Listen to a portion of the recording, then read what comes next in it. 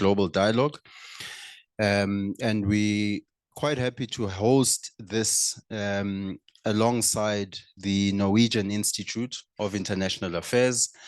And of course, we've been working also closely with the Norwegian Embassy in putting this together. This side event titled The Future of Multilateralism and the Role of the G20. The way that we'll do it, colleagues, we just have an opening session and then we'll go into a panel discussion. I think what's good is we've got people who are looking at this topic from multiple areas, from the national level, but also from the city level, at the local level, who are engaged, in multilateralism and in the practice, and of course are experiencing the challenges of multilateralism. So I think we'll get a good, engagement in that regard. Just to kickstart the meeting for us and to kickstart today's dialogue, I would like to invite Dr. Cedric de Koning, who is a research professor at the Norwegian Institute of International Affairs, as some of us say, NUPI. The floor is yours. Thank you very much, Falani. Good afternoon, everyone. Wonderful to be with you in Johannesburg on the eve of the T20 summit for this side event, this joint side event between the Institute for Global Dialogue and the Norwegian Institute for International Affairs. We've reached out to the Institute for Global Dialogue because we were very interested in focusing on our topic for today.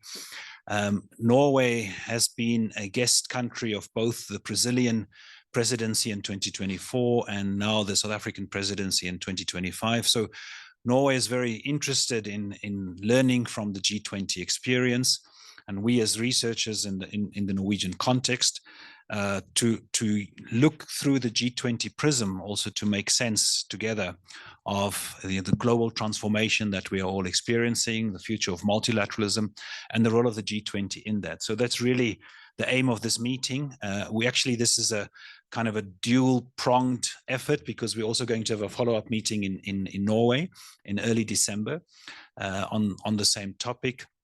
Then looking back after the end of the summit and looking back at this 2 years. But thank you very much for joining us. Let me hand back to Falani, and I look forward to our discussions. Excellent.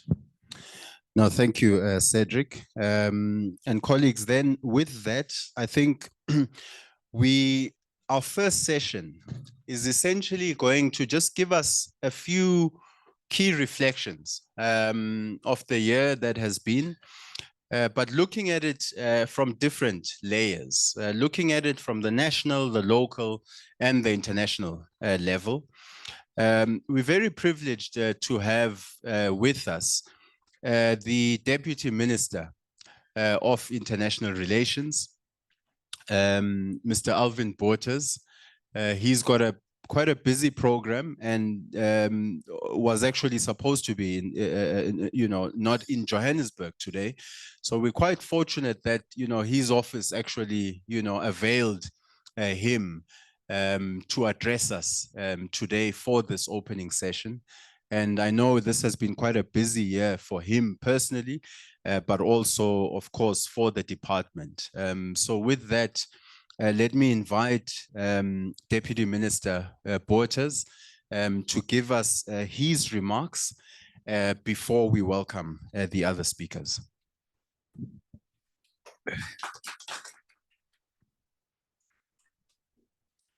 Thank you very much, Dr. Bilani. From IGD, really as a steward of our T20 engagements group, I think you have played your part, of course, and thank you very much, ladies and gentlemen, for this important side event and gracing all of you. I fortunately have only 20 minutes because I must be out. We are presenting the budget today. So there's obligation for you actually to have your gadgets on and to be personally visible, because I suspect we don't want to happen in South Africa what is happening in the US, where there's no budget. Thank you very much, Dr. Cedric de Koning, for your partnership representing the Norwegian Institute of International Affairs, Ambassador Shermat Searcher from the Norwegian Embassy in South Africa, guest country, not least because of your insistence, of course. So accolades for that, ladies and gentlemen. I wish to acknowledge all our special guests here. I know there is, we have Ms. Panji here from COJ, City of Johannesburg. That's you. Thank you very much for joining us. And we really entrust that there's only going to be positive billboards allowed in the city of Johannesburg. Ms. Naidu, one of Pilani's associates, and obviously working very closely with UNISA all along. Dr. Saha, associate professor, being present here today. Ladies and gentlemen, I just came from Ethiopia because we had one high-level event on debt sustainability, cost of capital and financing that we convened in others, and it was part of our commitment that evidently this G20 presidency should become a presidency of the African continent. So we had to honor our commitments as it relates to that. We also have the UN Residence Coordinator, Dr. Kochak, present here, Dr. Baumann from the Institute for Applied Economic Research, dealing with Task Force 1, in particular the task force responsible for trade and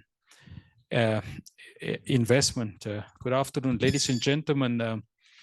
Let me take this as a very important occasion because we are virtually 1 week away from the social summit that will be convened.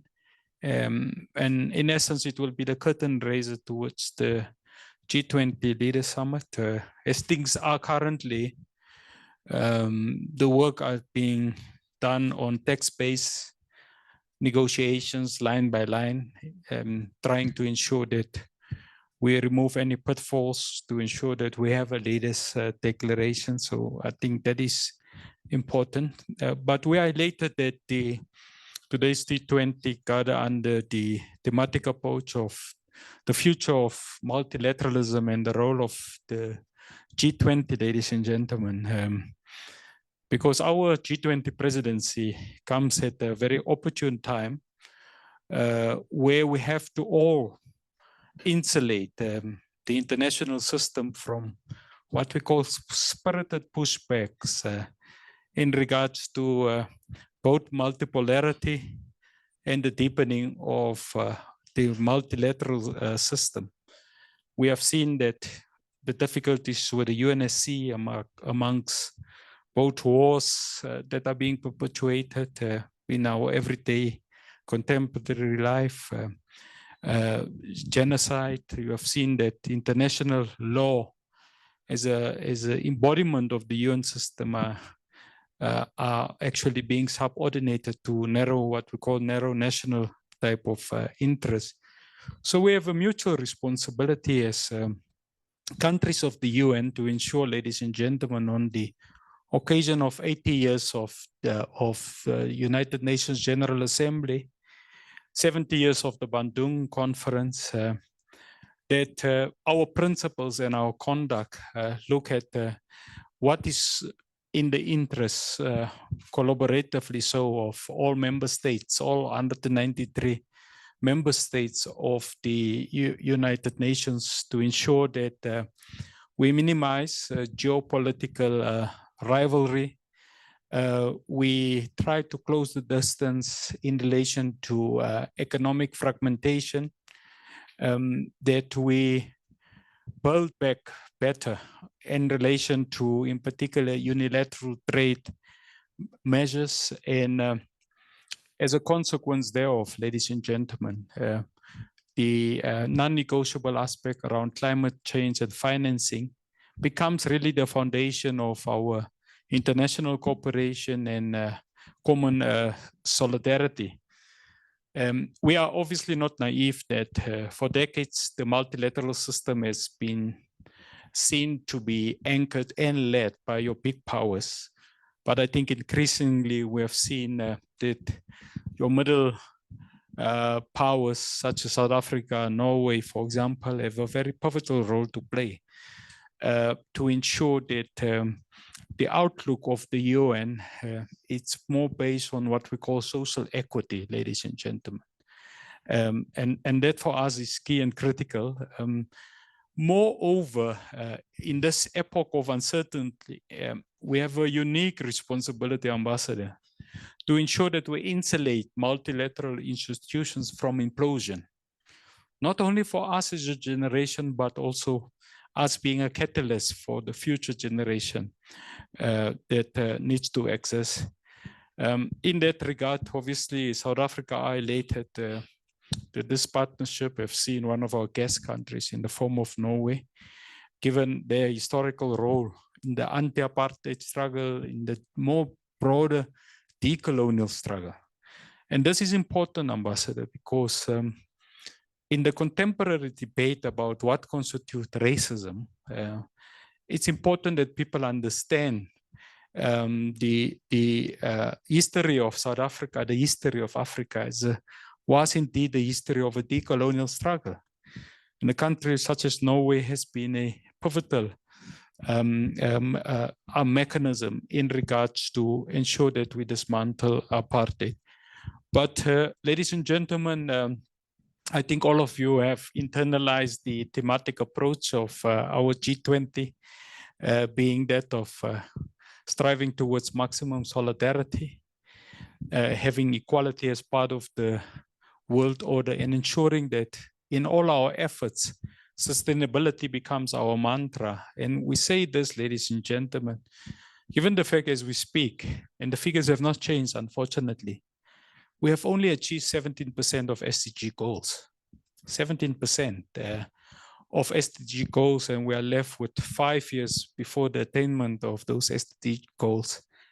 So our G20 presidency has been important to ensure that we integrate the African aspirations within this very important organization of the G20, and particularly looking at matters about debt sustainability, energy transition, digital transformation, and also look at consequently what becomes the responsibility of your emerging economies, ladies and gentlemen, to grow the global economy.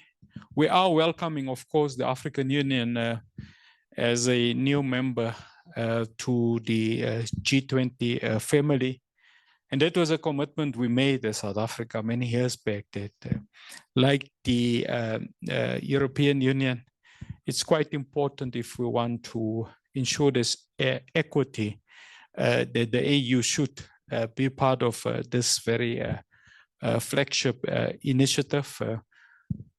As we have said in others, and in Cairo and other countries on the African continent, we made good to ensure that the 6 flagship African Union's priorities get to be incorporated within our G20 presidency. For example, ladies and gentlemen, you'll recall that one of the flagship priorities really of the AU speaks about the central topology on the need to change the financial and economic architecture to serve the interests also of, in particular, your emerging countries, but specifically your less developed countries, your LDCs, of which the last time we had 46, 43, which was located within sub-Saharan Africa.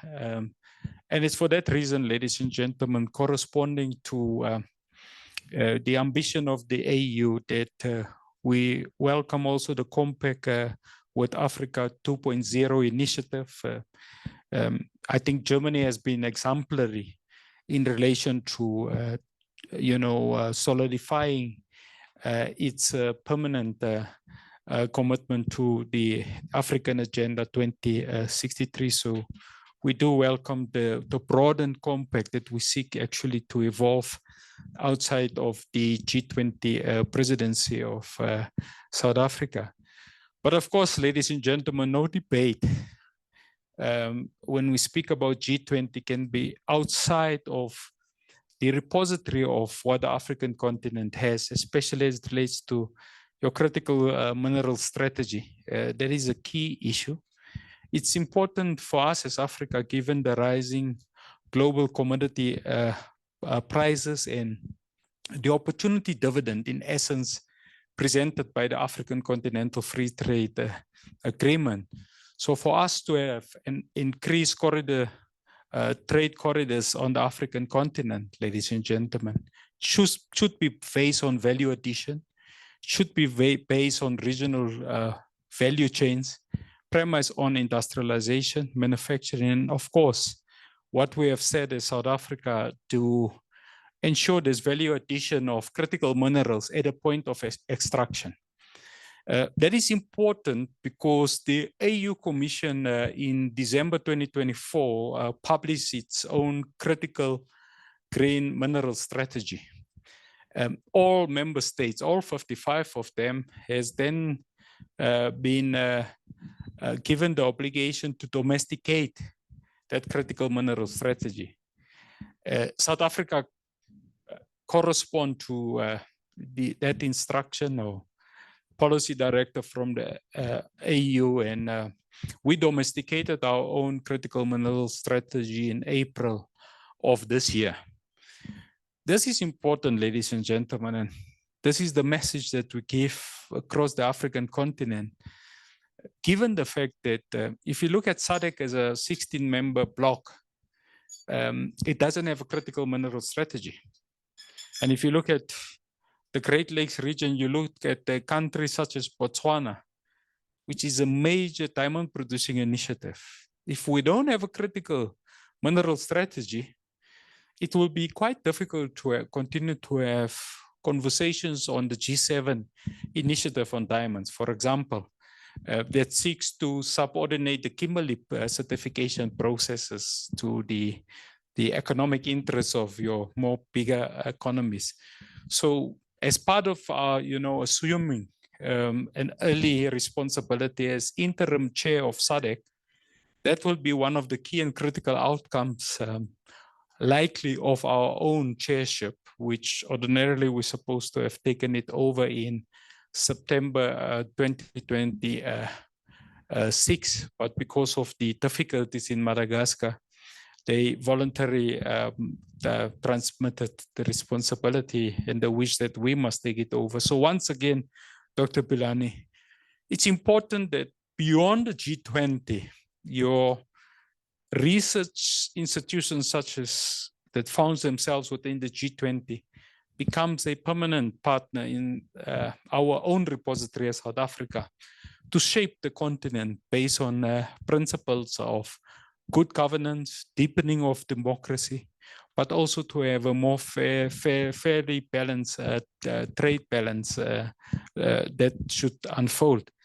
In regards to that, ladies and gentlemen, I attended, fortunately, in Cairo, the task force on food security. And like I've said, that has been really part of our earlier commitment. That was followed by a industrialization and agricultural dialogue engagement that took place on the 3rd of November in Abuja in Nigeria.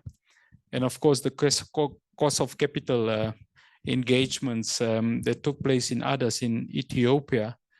And that in essence was to ensure that the vision that we have as being this unifier on the African continent in relation to Pan-Africanism becomes a reality. The African continent, ladies and gentlemen, really sees the G20 as a bridge builder between the haves and the haves not. But we also do understand that the African continent needs your more industrialized economies, especially of the North, for us to recalibrate our own economic fortunes. That include working with your more industrialized economies of the North to advance the issues about equitable climate change, just energy transition, debt reform, of course, ladies and gentlemen, and addressing the important issues about the reform of your global governance architecture. In addition to that, global crises such as your global health crisis, difficult conflicts that you see in the eastern part of Europe, that you see in the Middle East, that you see in the Horn of Africa and the Sahel, requires a real increased collaboration to ensure that ultimately, ladies and gentlemen, the development dividend becomes really an antithesis to poverty that we have seen on the African continent and broadly speaking in certain countries of the global South. We as South Africa, and this is the message that we thought it's important to give today, is that we see our collective membership of within multilateral institutions and organizations to depict our shared humanity and collective ethos premise on Ubuntu diplomacy, ladies and gentlemen. South Africa is a high middle income developing country. But if you look at one of our strategic priorities of the G20 high level deliverables, we speak about debt sustainability for low income developing economies.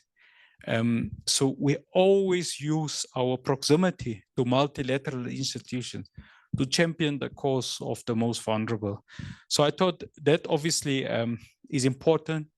What we require from your more industrialized economies is obviously dependable and reliable partners, Ambassador, in relation to the installation of multilateral institutions which are undergoing a quite challenged period. We look also at plurilateral institutions and making sure that we sustain the good work that has been done in relation to those issues. You work with South Africa and like-minded countries to transform your international financial development institutions and agencies, such as your new development bank, your IMF, your World Bank, etc. Of course, ladies and gentlemen, the key challenge will be, as the last country from the developing South, we are handing over the chairship to the US, and I think likely after that to the UK, is how, for the common good, the work of the G20 continues amidst the pushback and very narrow national interests that we have seen. So we, beyond our G20 presidency, we will have that common obligation to unearth the common good, ladies and gentlemen, of everyone, to ensure that indeed we would be able to honor our commitments that we have made to our people. As I conclude, ladies and gentlemen, I think for us the important lesson is that during the G20 presidency is that you have different pathways to solidarity. You have seen the interest in particular of the European Commission. You have seen the interest of the European Union, your ruler countries, your ASEAN groups, where you look at the leagues of the Arab nations, including your organizations of Islamic cooperation. And you have seen that without exception, all regional economic communities, your RECs on the African continent, has an absolute cherished outlook in relation to our G20 presidency. So to a large extent, the 130 meetings that we successfully have convened has achieved that type of a momentum, ladies and gentlemen. We are obviously left with 3 key and important meetings. Is the 4th Sherpa meeting that will soon be convening after the text language to line-to-line negotiations, and that will be followed by the G20 Social Summit, which in essence will be the curtain raiser of the Leaders Summit. We anticipate that we'll have a Leaders Declaration, ladies and gentlemen, not because of the unilateral conduct that we have seen, but because of the common good, that everyone would want to be part of a winning formula. Everyone would want to be part of a positive dimension as we conclude this very important year on the African continent. And I want to say, ladies and gentlemen, we have seen that there is an increased sense for the deepening of multilateralism. We have seen the increased sense and the need for the deepening of multipolarity. But multipolarity, ladies and gentlemen, and the deepening of multilateralism should be on the basis of international law. That is a key and critical issue, because you may have a multilateral architecture which doesn't necessarily subscribe to the deepening of multilateralism based on international law. So for us, that is very important. I wish to thank all of you for your attention, ladies and gentlemen. And at this stage, it's just past 2 o'clock. Thank you very much, Dr. Bilani. I normally stay to listen to the contributions, but I am a full-time member of Parliament of the South African National Assembly. So thank you very much.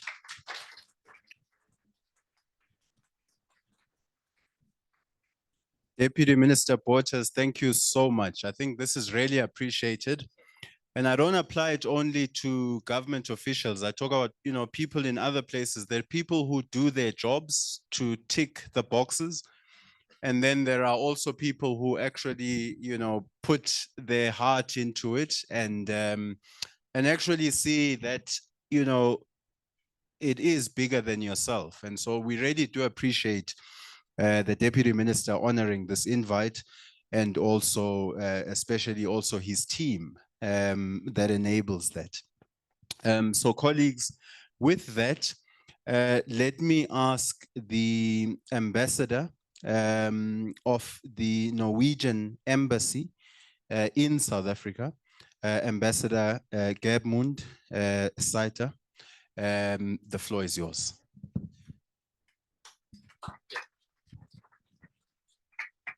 Thank you very much, Bilani. Thank you to Cedric and both NUPI and IGD for putting this together.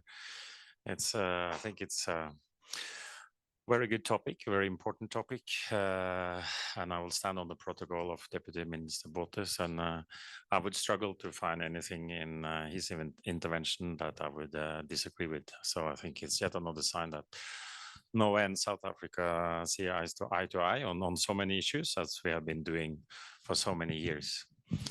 I will maybe first talk a little bit about the G20. So yeah, we were a guest country in 2017 with Germany, and then with Brazil last year, and South Africa now. I think we have some representatives of permanent guest countries here, so I might want to correct me, but I think seen from a Norwegian point of view, obviously G20 is important for many reasons, but also because it spans across the north-south divide, or this idea that there is a block in the north and a block in the south, and that is very, very important. I think this year has obviously been a special year to be chairing the G20, and I think South Africa has been doing a great job. There are some countries that have changed their foreign policy quite a bit. And we see that in many of the working groups, it's hard to come to an agreement, also at the ministerial level. There are maybe 3 or 4 countries that disagree with the rest, basically. Sometimes it's only 1 or 2 countries. But I think South Africa has found the right balance in terms how to handle this, because sometimes you want to have a ministerial statement. It's important to make sure that G20 functions, but you cannot throw aboard all the principles you have. And I think we really support South Africa in handling that difficult dilemma. I think not long ago, there was a ministerial meeting on women empowerment. And of course, when one country insists that you cannot have the word gender there, I mean, then there's not going to be any ministerial declaration, because South Africa, supported by practically everyone, and certainly Norway, we certainly want the word gender to be there. So this is a difficulty. And then, of course, talk about empty chairs, just also coming back to me, Deputy Minister Botha's intervention. It is historic that this is the first G20 on this continent. And I think if we look back throughout decolonization and liberation, it's obvious that there is a long trend here, you know, that there's a continent here that is taking its rightful place in world affairs. And that's not, it's not only about being morally just, it is also in our interest. It is not in our interest that there is a part of the world which is kind of drifting away in poverty and war among some countries or within countries. So I think for Norway, this support of multilateralism, whether it's the United Nations or the G20 or the World Trade Organization, is about our own interest, but it's also about our bigger own national interest of having an organized world. It is better for all countries if the world is organized. So now it's a bit funny that sometimes you hear academic in the Northern Hemisphere on the other side of the Atlantic talk about, oh, we need a realist foreign policy. We need more realism. Yeah, we kind of tried that. Then that led to 2 world wars. And that's why we have the UN Charter. So it's not that people are naive and then they kind of wrote the UN Charter. It's not, it was, that UN Charter was built on millions and millions of dead people. I think that also returning to one point that the Deputy Minister raised about international law, yeah, we completely agree. International law is key and it must be applied consistently.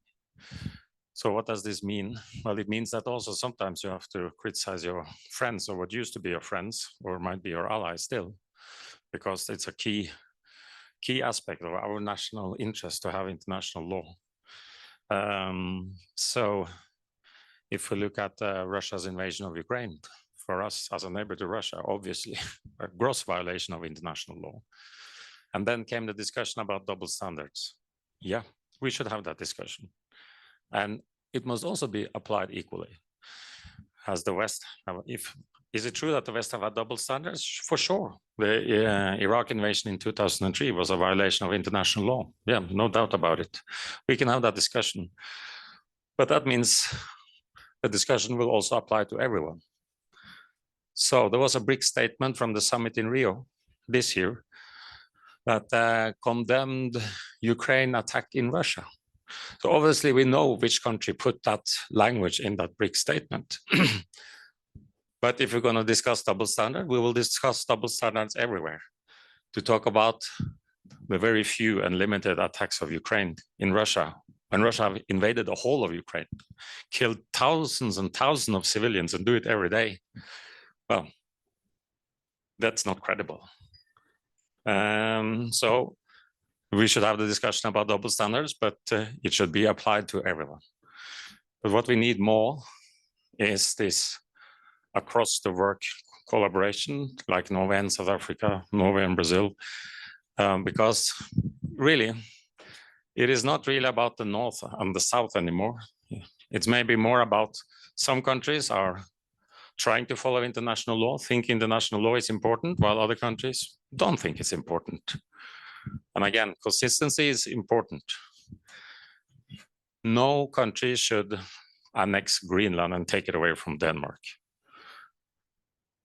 The bombing that US and Israel did on Iran earlier this year is outside the scope of international law, even if we fully agree that Iran should never have nuclear weapons. So again, sometimes it might be your friends or allies who violate international law, but if you are to be consistent, you really have to be it. And the same adherence to international law must be asked by all countries, obviously also on this continent.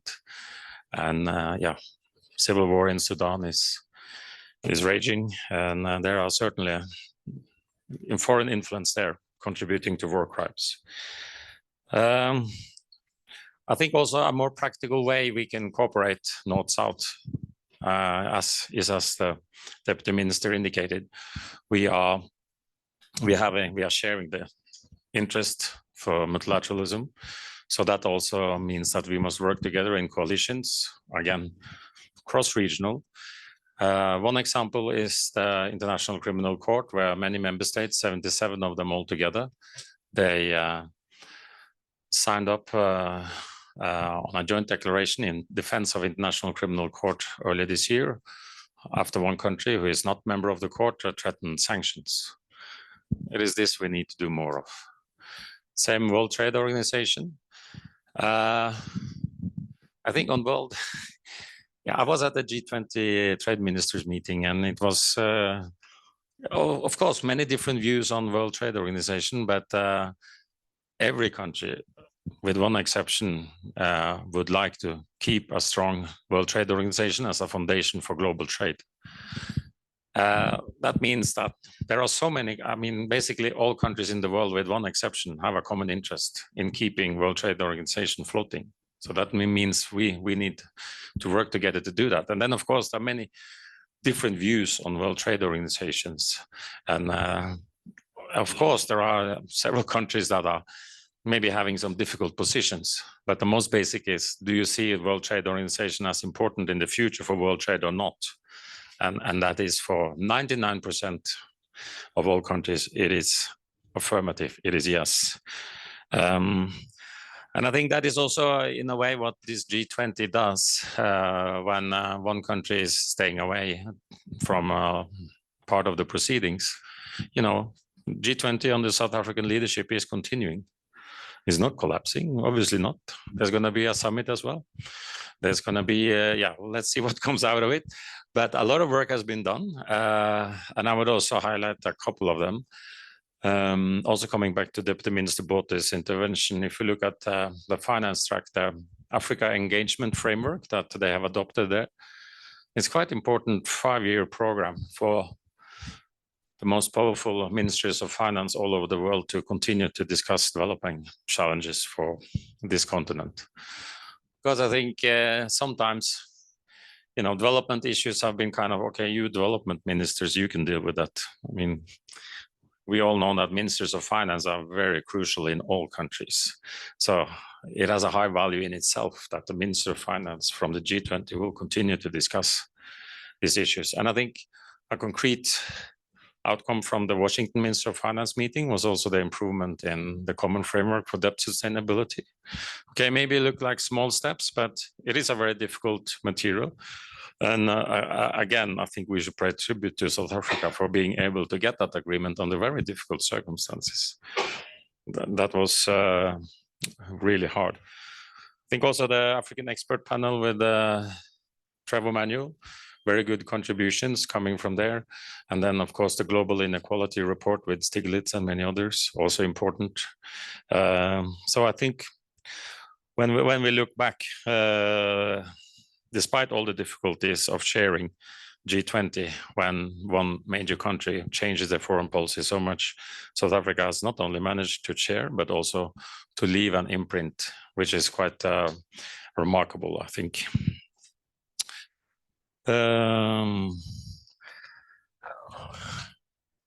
Yes, I think, actually, I think I'll leave it there. Thank you. Thank you. Yeah.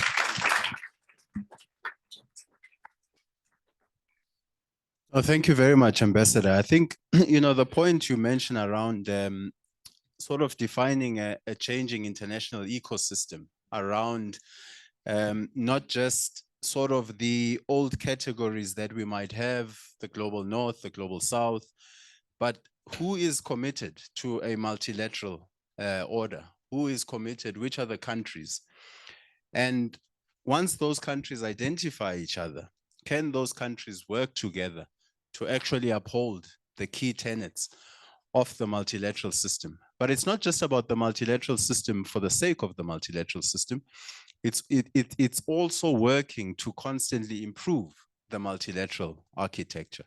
And this is really quite important. So I think really part of this discussion is also about, you know, the role of middle powers and how can they play a key role. And middle powers in a loose definition, not in a, you know, strict scientific, you know, a term, but, you know, how do these countries work together to uphold the key tenets of a multilateral system? So thank you for those remarks, Ambassador. I think they help to set the scene for the panel discussion that follows. But colleagues, international relations is not just actors at a national level that are important. We've seen in recent years that a whole range of actors are involved in multilateralism, in diplomacy, different areas within the state. So it's not just the national, it's also the local level that is involved in shaping and informing partnerships to improve the lives of people. And in this instance, cities are important. We're hosting the G20 summit in the city of Johannesburg.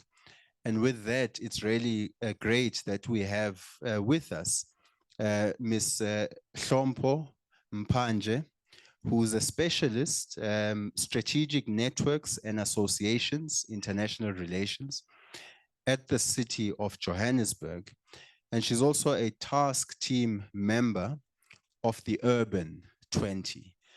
So the floor is yours just to give us some of your remarks in terms of the role that cities have also been playing and are playing in shaping this changing multilateral system.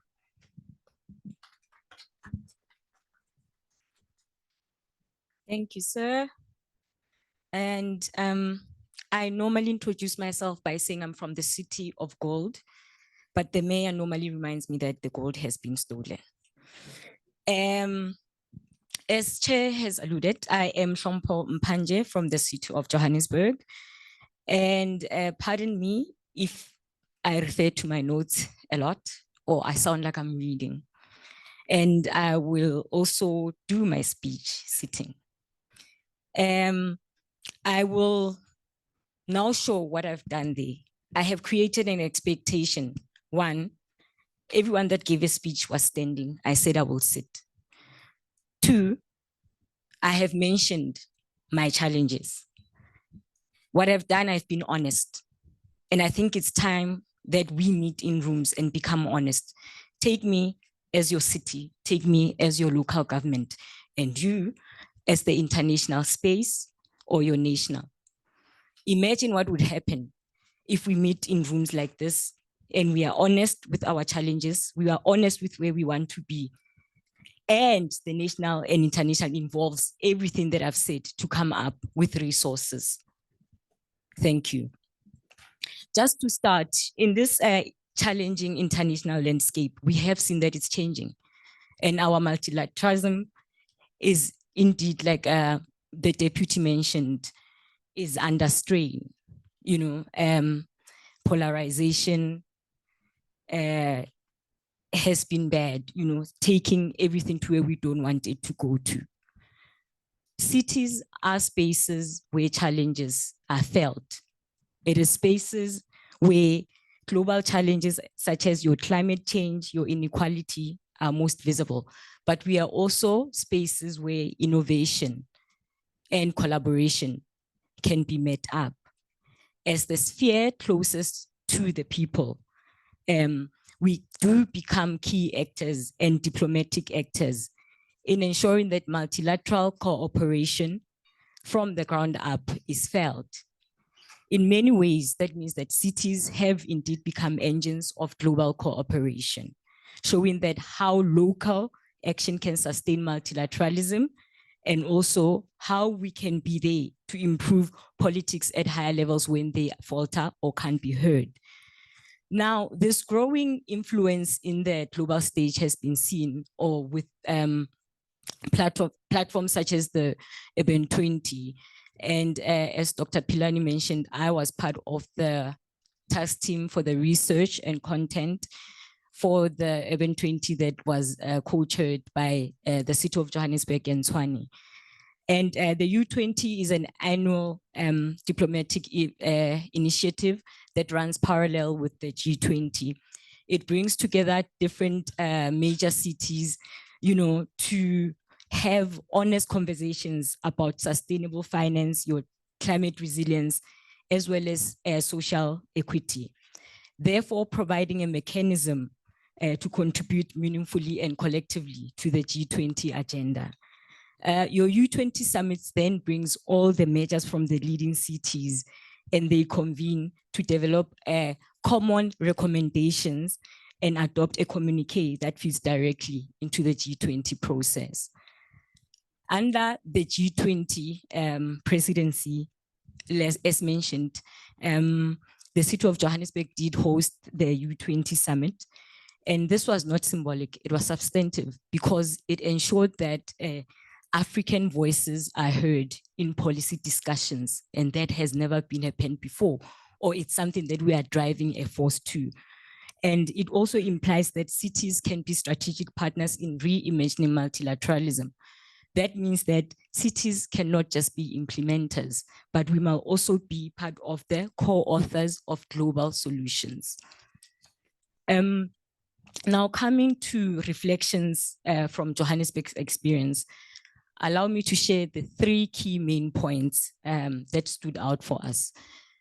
We realized that it is important that the future of multilateralism must be at multi-level, because as cities, we connect local actions to global commitments.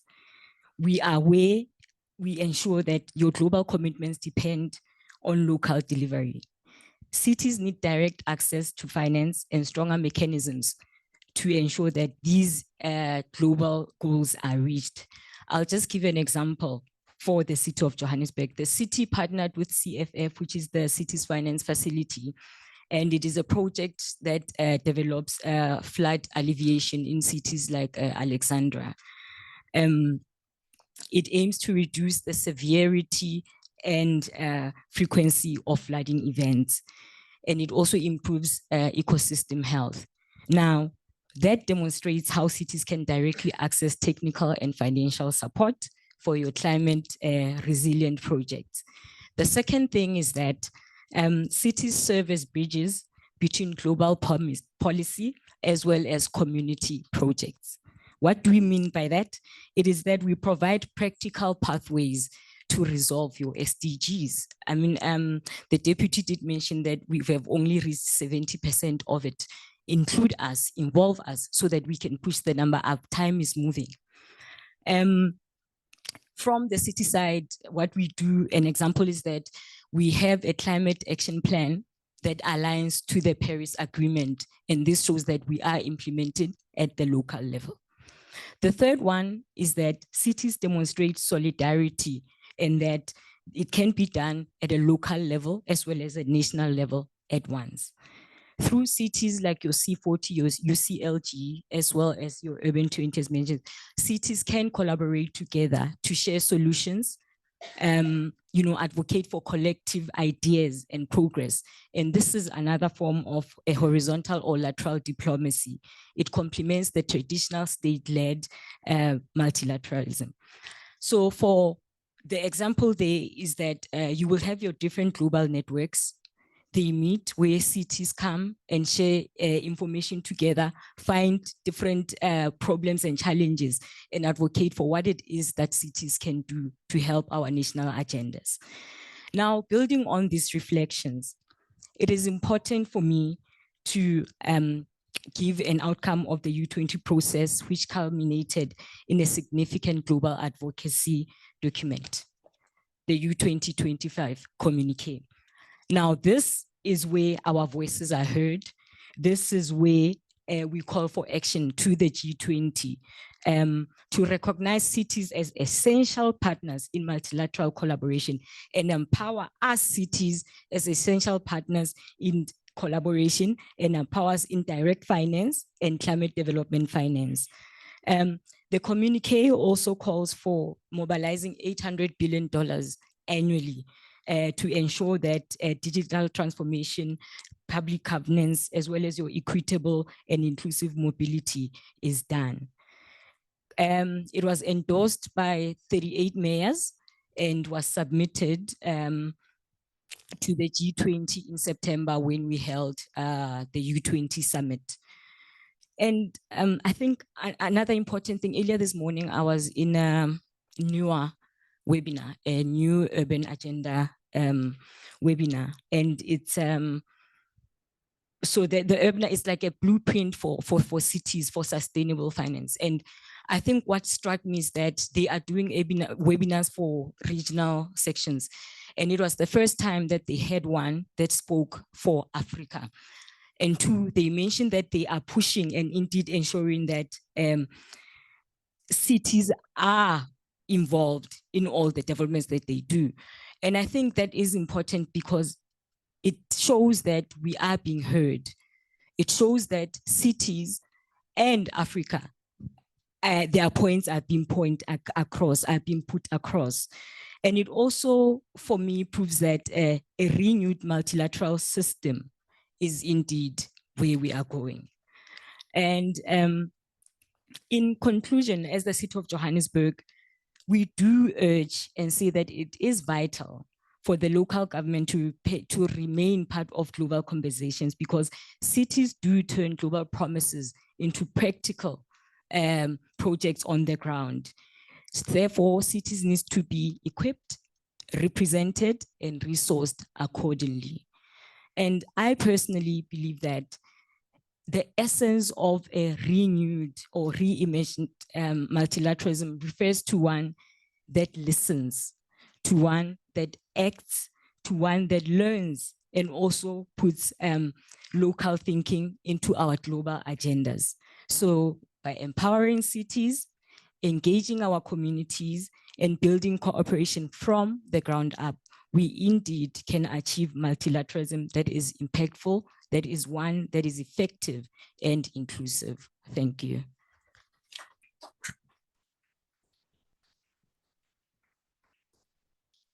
Thank you very much for that. I think that's, you know, the idea that cities are not just implementers, but they are also there co-shaping, you know, this changing international landscape.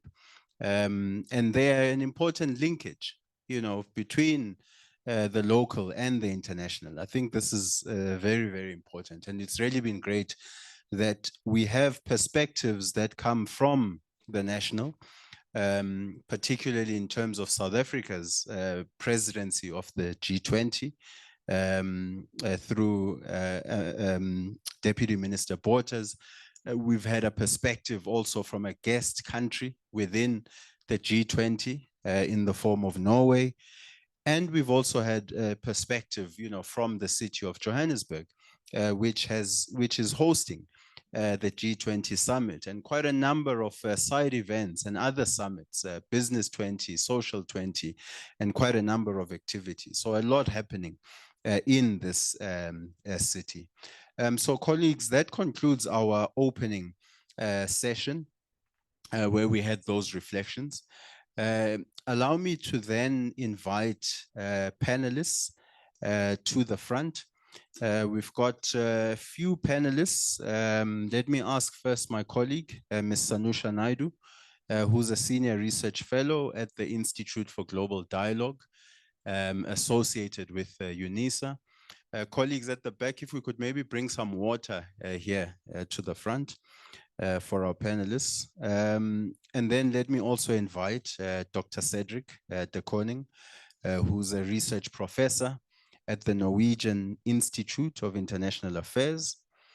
And then let me ask Dr. Sabsayachi Saha, who is an associate professor at the Research and Information System for Developing Countries, RIS, which is based in India.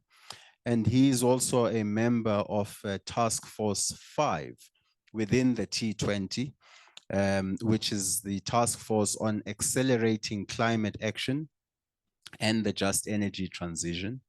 Let me also ask Dr. Renato Baumann, who is an economist and researcher at the Institute for Applied Economic Research, which is IPEA, which is based in Brazil.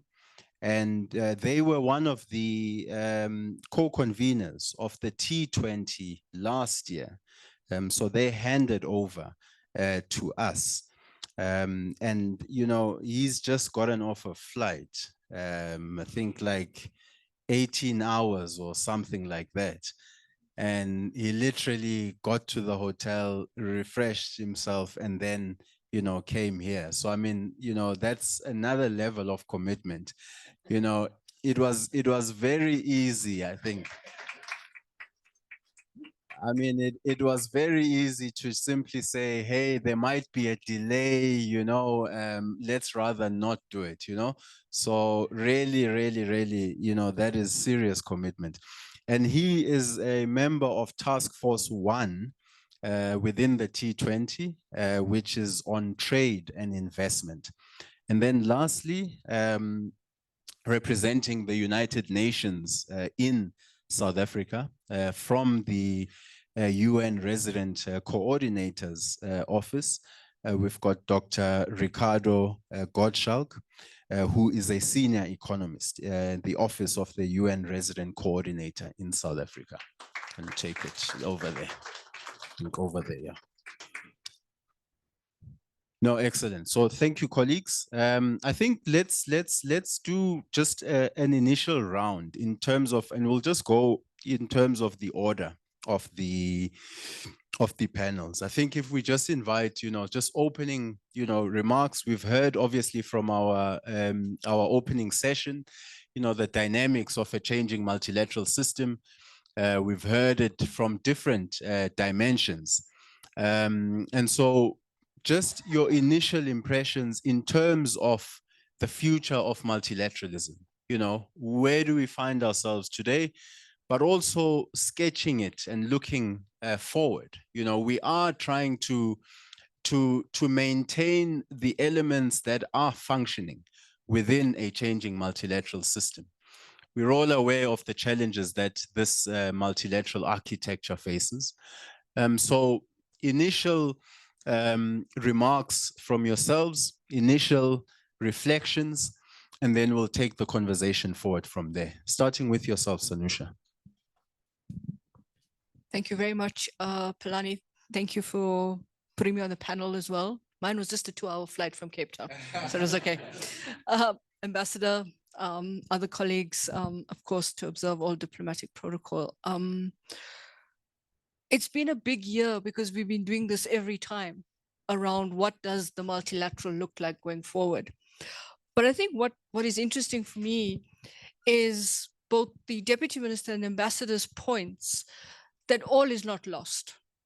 And I think what for me was very interesting when South Africa's presidency of the G20 became official on the 1st of December 2024, was that South Africa was taking on a presidency in a very dystopian global order, a world order that was almost like the opening lines from Charles Dickens' novel. It's the best of times, but the worst of times. And that comes from a panel that the German ambassador spoke about at one of our partners in the Secretariat for the T20, South African Institute of International Affairs. And that made sense because it was never going to be an easy task to host the G20, particularly because the start of a multilateral system that was in a state of unpredictability began way before. And I think we've got to cast our minds back to 2010, when the G20 elevates to a heads of state summit. It starts to become that very difficult space. The tensions in the G20 is not just about, you know, whether it's about the 20 countries and it's about dealing with the global economic fragmentation. which continues to remain a blight on the international system. So if we are to think about where we are now, I think South Africa should be congratulating itself because we have achieved maybe not necessarily complete consensus, or we may not have achieved adequate consensus, but there's some consensus. And I think that was the first point. Within that broad architecture and the challenges that we have, I think for the G20 going forward and for the multilateral system is the constant need to be on a treadmill, trying to firefight the global architecture. And the one thing that came in very clearly from the Addis meeting in Ethiopia around the debt sustainability is the question of how do you deal with debt? Because the debt solution sustainability initiative, the DSSI in the G20 is critical, because what we are beginning to see, not necessarily about a realist world, but a world that's going to become increasingly fragmented because of debt, because the fact that debt's going to become a global crisis. If we think about how debt is being managed internally with bigger developed economies, and one in particular that we are not mentioning by name.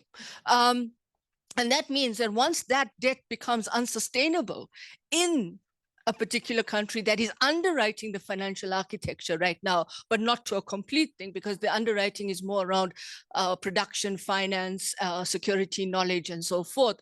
Questions around how do we do trade, how do we actually define knowledge, etc. The structural power that the structural conditions have around international political economy is when that implodes in one country. And I think that for me is the big challenge for the multilateral. What is going to be the splintering effect on other countries? You're going to affect trade in terms of what happens to the currency of trade. It's going to affect production in terms of value chain and supply chains. One of the things that we're not thinking about in terms of digital sovereignty transformation is how much of stock is being hidden on balance sheets of big tech companies. So one of the things around the future of the multilateralism is the fragmentation and the interdependence of the global economic system. Because that means that if 2007, 2008, and of course the elevation of the G20 into a heads of state to deal with the global financial crisis, is that the coming crisis is going to be more painful. And that comes back to Ms. Mpanjana, her point about the effect at the local level. The spreading and the mushrooming of that, where people are now not going to be able to have the kind of lives and livelihoods that we think we want to create in the G20. And that's the dystopian effect of this multilateral. However, not to be the pessimist, but I think that if the other 19 countries, and if the G20 stays in its current iteration, or if we're expanding the G20, what makes the G20, who is the G20, and why are they the G20? You got to now start thinking about how Africa seizes the moment. And so there's a lovely, and not to be too academic, but there's a very interesting article written by an academic at Johns Hopkins that says you turn a polycrisis into a polytunity. And the polytunity is this right now, that you have an opportunity to start thinking about what is the forward looking. So if you want to have value addition at extraction of mineral resources, you want to domesticate critical mineral strategy, you got to start thinking local, you got to start thinking regional, you got to start thinking continental, because it's not going to happen for you at the multilateral if you don't start building those blocks at the bottom up. And I think that's the crisis that we have to start thinking about, because the debt crisis is really the bigger challenge for me in terms of the multilateral going forward. Thank you. Cedric. Thank you so much. I think for an opening remarks, maybe I just want to remind ourselves of the scope of the transformation that we're experiencing. I think, all of us, except if you are in your high 90s, have lived in the post-World War II era. And basically everything we know about the multilateral system has been created in this era. Right, so we don't know anything else. Those of us who are sitting in this room, this is what we are used to and what we how we have established ourselves in our professional careers over the years. And this system is now significantly transforming. And that means that it is natural that the decades ahead are going to be turbulent. It is natural that we see the fragmentation that we are experiencing now. And we need to expect to develop the capacity to navigate that turbulence for the coming decades still. So I think, first of all, just to try to get ourselves a bit more comfortable with the turbulence we have to manage, because it is, a natural part of a necessary transformation of this kind of unilateral hegemony that we've had, where there's been certain advantages in terms of establishing a rule-based world order, but at the same time, not everybody has benefited from that rule-based world order. And we are now increasing, as the minister has said, focusing on social equity and trying to increase the benefits of the international rule-based world order system to the demographic majority, right, to the rest of the world. So, but that process is going to be turbulent, and we're going to face a lot of difficulties in that process. The G20 moment we're in is an example of that, right? The G20 is one of these critical elements that can help us to navigate this process. And yet we are also experiencing, as we are doing that, some of the fragmentation and tensions that we find in the system. Let me stop there for now, and then we can come back and unpack more. Thank you. Yeah. Good afternoon, everyone, and many thanks for this kind invite and putting all of us as part of this panel. Just for myself, I am equally as committed as Professor Bauman.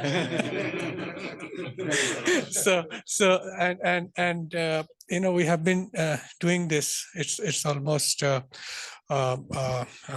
become part of the thought process. T20 has become part of the thought process, and it is also on us as to how we reflect on our roles as part of the T20 community, what we have been doing in the last couple of years.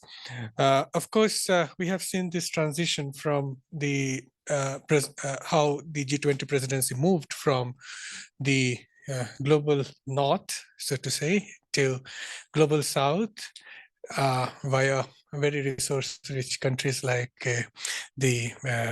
Saudi Arabia, and how the agenda was followed. Now, there was, we always tend to follow a very linear view of the future. We always think that this is how it would be. And that's what 2015 meant to all of us. We thought that we have an SDG agenda in place. We thought the Paris Agreement is in place. And also we met that year for the FFD3 in Addis. So all of us felt that the future is quite linear. And that was a bit naive for all of us to believe that way. Yes, you need convincing arguments to bring everybody together to sign on to agreements. But at the same time, you need to have that was also the time when we were challenged due to the global financial crisis and already the decelerating world economy, the rise of protectionism, etc. But nevertheless, the achievements of 2015 were marvelous. Having said this, when we say that only 14 to 17% of the SDGs are on track, we purposefully need to remind ourselves that we had put one final SDG onto the agenda, that is SDG 17. And that was not a linear agenda at all. So we didn't quantify our targets. We can say that, well, we need to eliminate poverty by 2030, but we really didn't have an idea as to how much finance it would need. We were just putting numbers to it, and every other report were citing some SDG financing gaps, which we all wanted to meet. There was something that is very particularly, it was mentioned at that point that the private sector would be forthcoming, which has never happened. And at that point, we were already grappling with inequalities of various shades and dimensions which has further aggravated over the years with disruptive technologies. And so we are not in a situation that we can simulate the future the way we want. So we have to wait and watch. But at the same time, let us look back at the Global South presidencies of the G20, starting with Indonesia, where we had tremendous amount of uncertainty, like yours. And that was the point when finally, when the countries could meet and could come up with a declaration, there was a ray of hope that to carry it forward.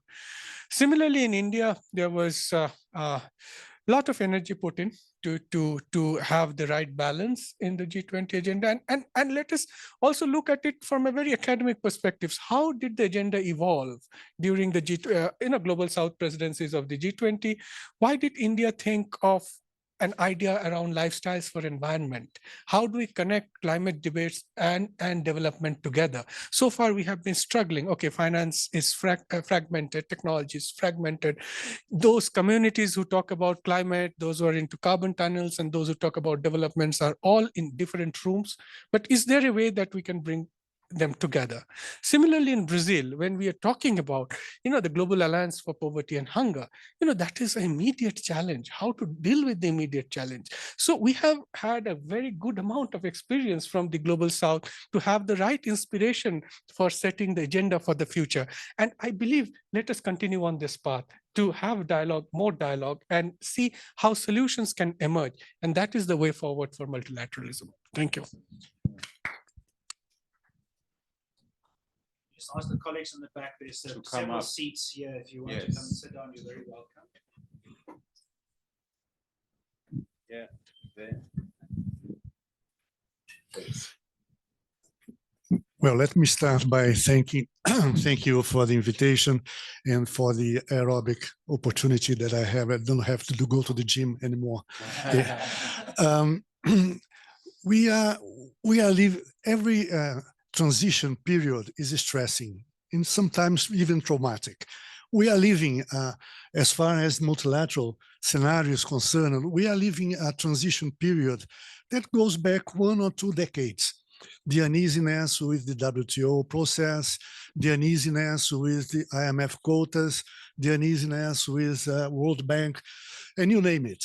So there is something that is out of the order or the desired order that has been with us for quite some time. Right now, we have an additional pepper thing, which is the disguised fight for hegemony in scenario, and that adds a number of items to our agenda. Now, if you allow me a few minutes, I'd like to contribute with a provocation.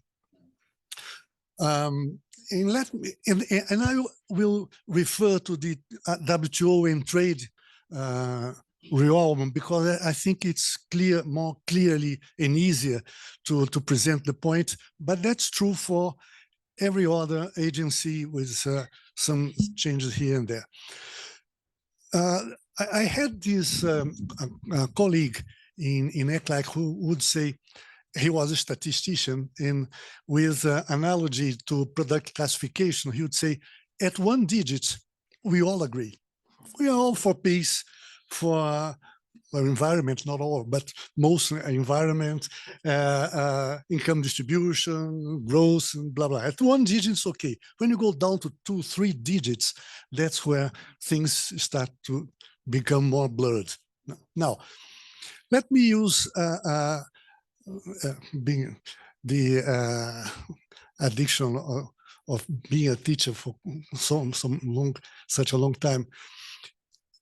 Going back to the WTO, if countries A and B, if country A impose some trade barriers on the products of country B, according to WTO, A is going to have an additional gain, B is going to lose. Hence, the whole scenario is designed in terms of not allowing A to do that. Now, that's a 1 digit. That's at the country level. And my provocation is, look, it's been now for quite some time that we know about value added. We know that country, not necessarily country A is going to gain.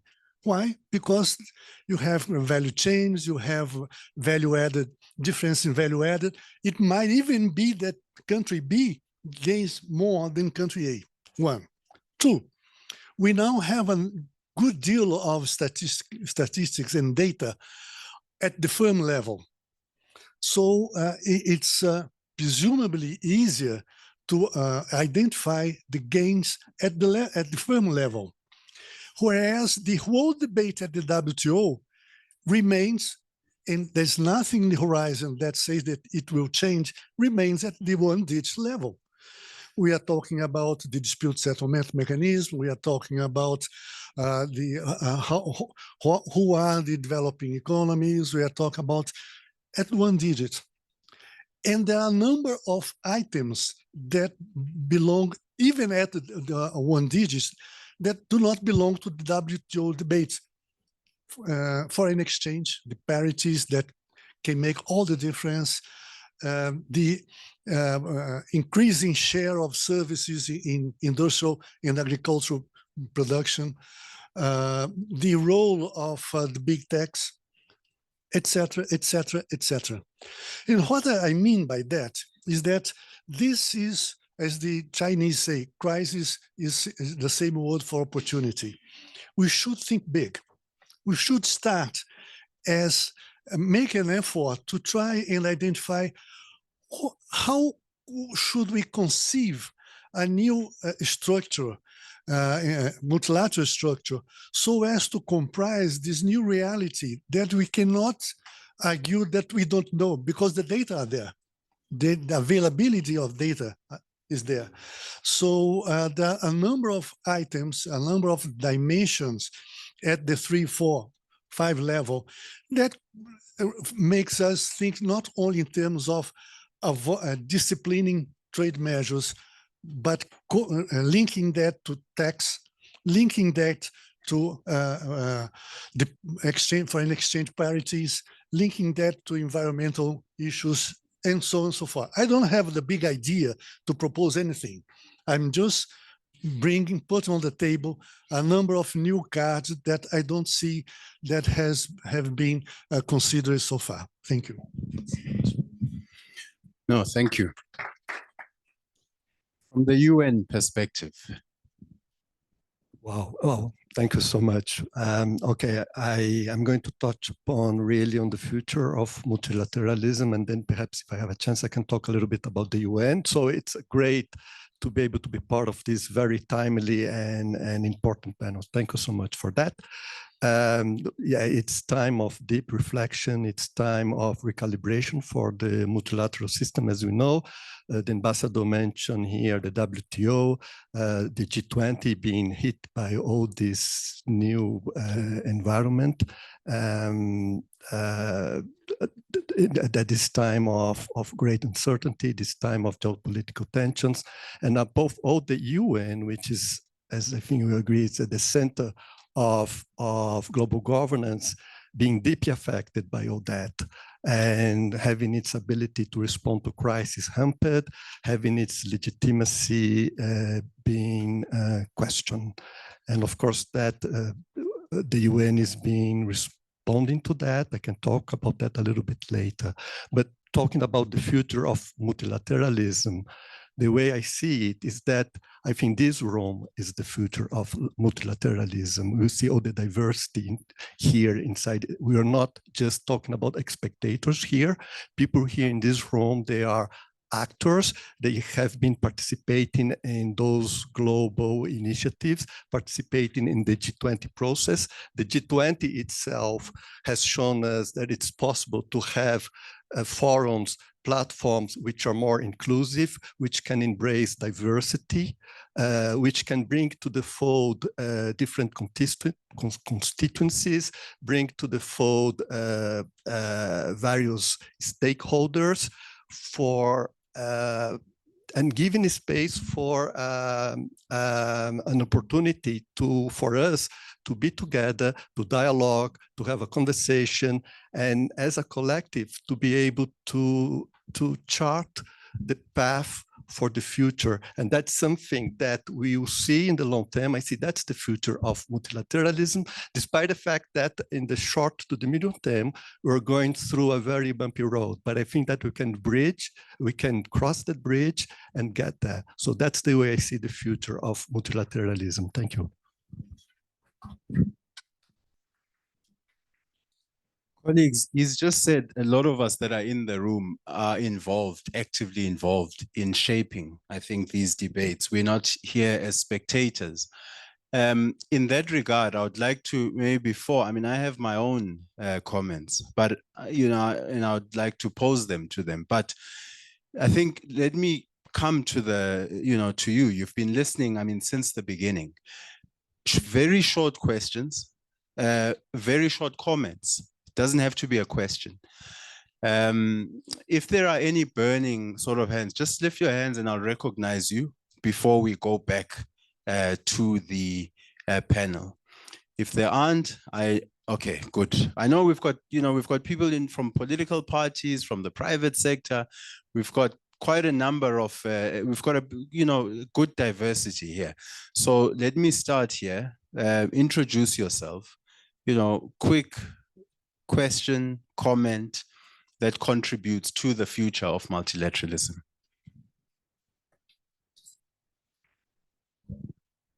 Thank you very much. My name is Tato Mazwe Madibo. I am the co-founder and vice chairman of AMARI, African Minds of Applied Research Institute. My question is, yesterday I was in conversation with the CEO of Reimagining Development, and we were discussing microfinancing in Africa and just generally speaking, the global South. And what we were trying to investigate is how can we bring microfinancing to a sovereign perspective? What would those mechanisms look like, and how do we actually have transparency of those hidden mechanisms of interest groups that actually can be articulated to particular within SMEs, because SMEs don't really ever understand how big that can be in terms of impact, especially in terms of debt. And that's how, I did a bit of research on that in regards to how many SMEs end up actually filing for bankruptcy, for example. That's my question. Thank you. Thank you very much for that. Let's come here to the back. My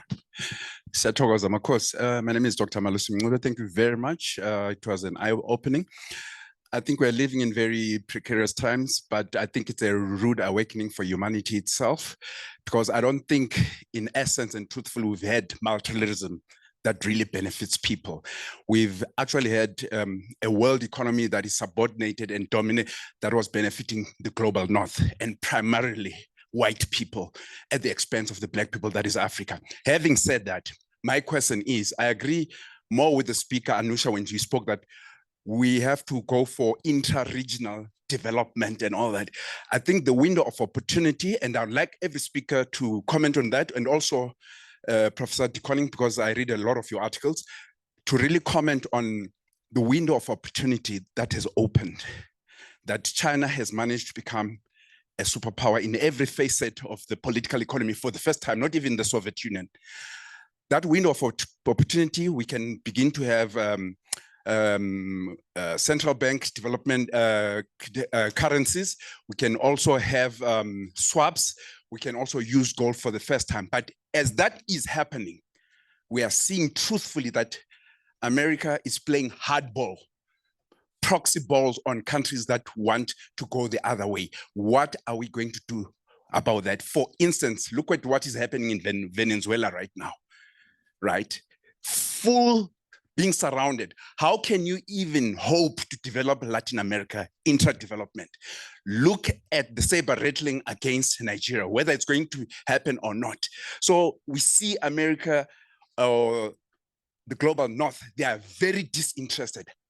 Even if what the first speaker said is, we have to learn to be self-reliant. So we want to emulate China, but we are not going to be allowed to do that. And that's why we sit at the precipice of a third world war. What are we going to do with that? Thank you very much. Thank you. Let's take one more right there at the front. Hello, I'm Shimona from the Baha'i International Community. I'm also a co-chair of the AU-EU's Youth Working Group. From what everyone said, you can see that the well-being of one nation is very intrinsically linked to the well-being of another, and that we cannot isolate. We cannot prosper in isolation. We also see that there's a connection between local, regional, national. So maybe my question is around these joint consultative processes that need to occur, or maybe need to strengthen between regional policy and local grassroots initiatives and insights. So what would that joint consultative process look like so that grassroots perspectives are integrated more into policies at the regional level, so that in a way what we're moving towards when we think about the future of multilateralism is more of a coherent and less of a fragmented approach? Thank you. Thank you very much, colleagues. So very good inputs, but also introducing, also at the back, there also the peace and security dimension, which is very much part of our concept note here. So we talk about reforming multilateralism, we talk about changing, and improving the way multilateralism operates. But we're operating in an environment also of great fragmentation, where the institutions we have are struggling to actually contain and manage and stop, the wars that we see. So when we talk about economic development, when we talk about the SDGs, very difficult to achieve when country budgets are being redirected from development and towards security. So I'd like also, in addition to what you've heard from our members in the audience, to just briefly reflect, also on some of those issues. We'll start here and then work our way that side.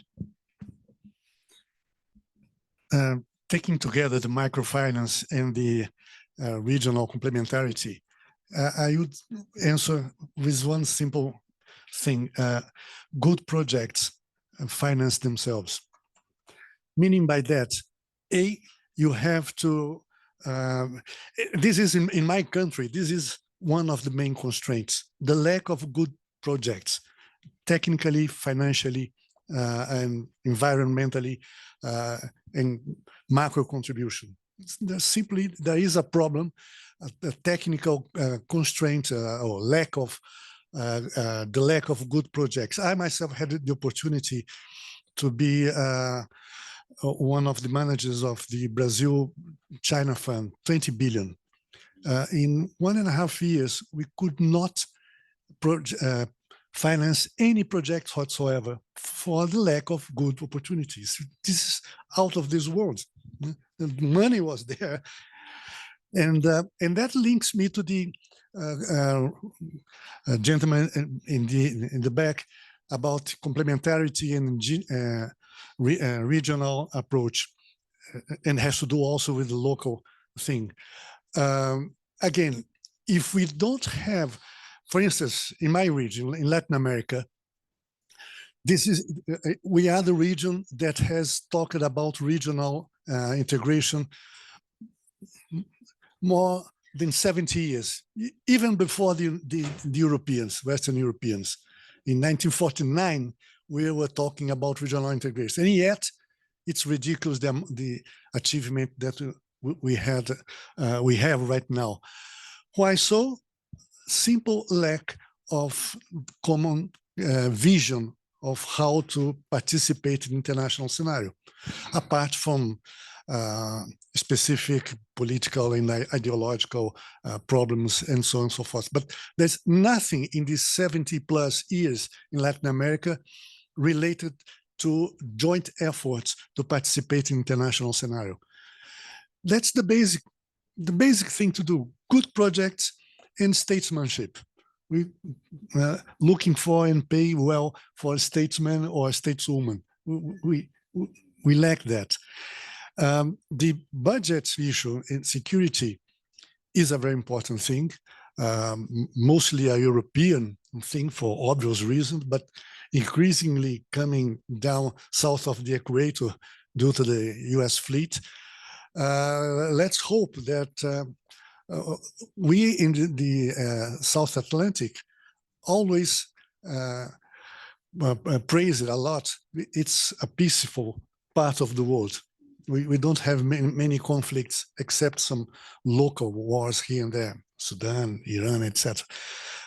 But God knows what is going to happen in the coming days or months or years. That's one of the challenges that we are living right now. I leave it there. I'll first take up this question on microfinance.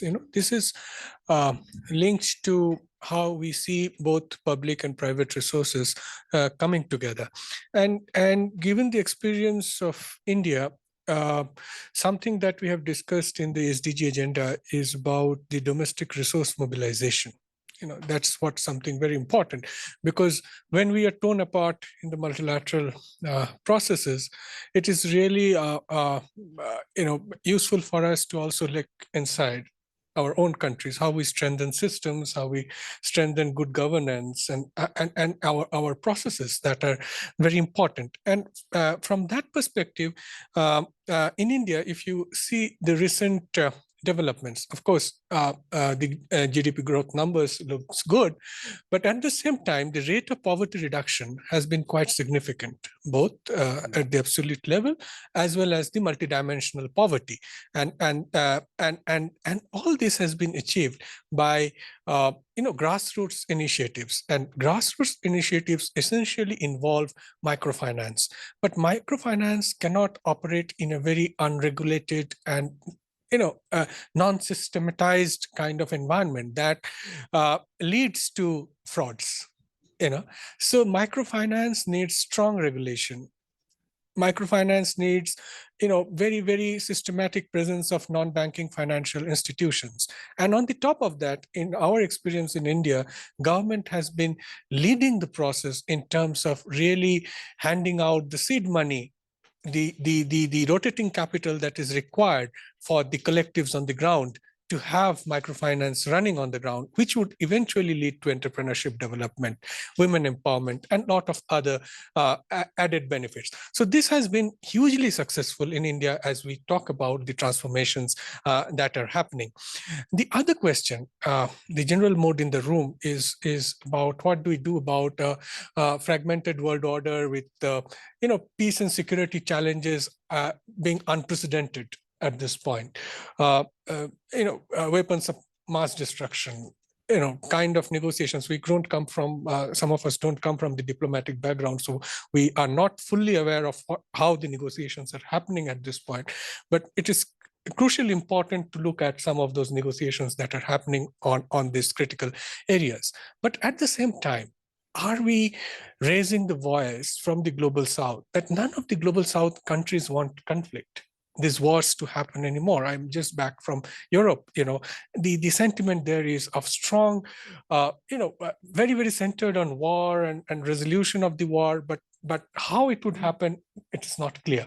So global south countries, perhaps it's time for us to reflect and very vocal about how it's not about conflicts anymore. We need to work on development, something that has to come out very clearly from whatever we are trying to do at this point. Thank you very much. And let me just build on that point, because for me, we certainly have a window of opportunity that is created by the transformation. To change anything, you need some disruption of the existing structures, especially when they've been established over a long period of time. But that disruption also brings a lot of risks with it, right? As Sanusha has mentioned earlier as well, we see a lot of trends towards greater inequality as a result of development of new technologies, artificial intelligence, climate change, debt. So they are, at the same time as we have this opportunity to transform the global system, we have trends going in the wrong direction, which means that we need to take very concrete, realistic steps to counter that. This means, I think, less calls for action, less declarations that wish things will change, and the requirement of more practical cooperation with practical projects that actually change things on the ground. So I think, for instance, the BRICS projects around facilitating inter-country trade in own currencies, developing its own SWIFT system, etc. These are methods of practically changing the macroeconomic system on the ground, whilst at the same time campaigning and working towards, greater change. So I think these very practical steps are important, that we create projects that we can cooperate on, whether it's that within the African Union, whether it's within SADC, whether it's in the G20. But it's those projects that's going to make the change. And at the same time, we need to be realistic that this change is generational. These are long problems. When we talk about inequality, when we talk about climate change, it's not as if we are going to be able to change anything overnight.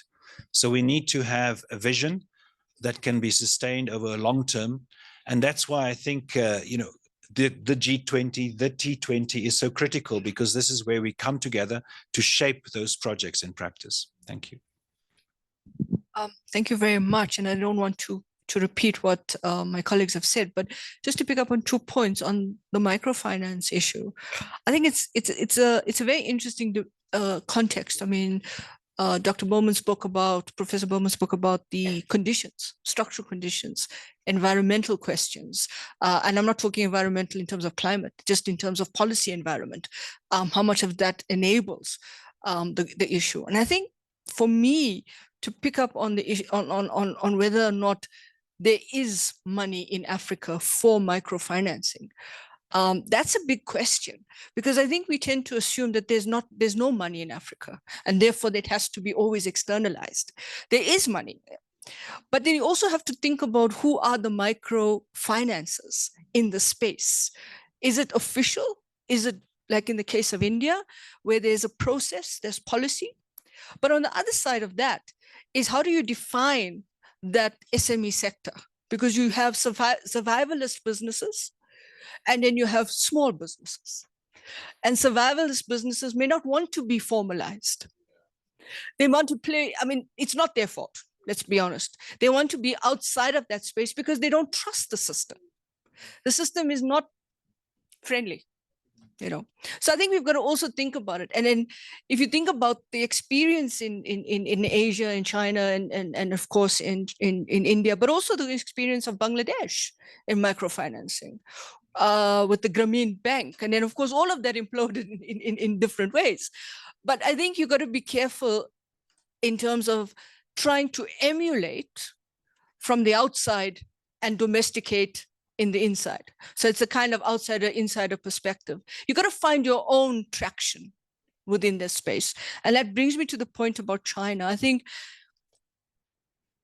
we tend to look at China as the model, but let's not do that, because I think China doesn't want to be the model, my opinion. China's there. It's managed to think about multilateralism in the UN through its 4 compact initiatives: the Global Security Initiative, the Global Development Initiative, the Global Civilization Initiative, and of course now with the framework on global governance. And it's managed that space very nicely, because it's used the multilateral to define its own space.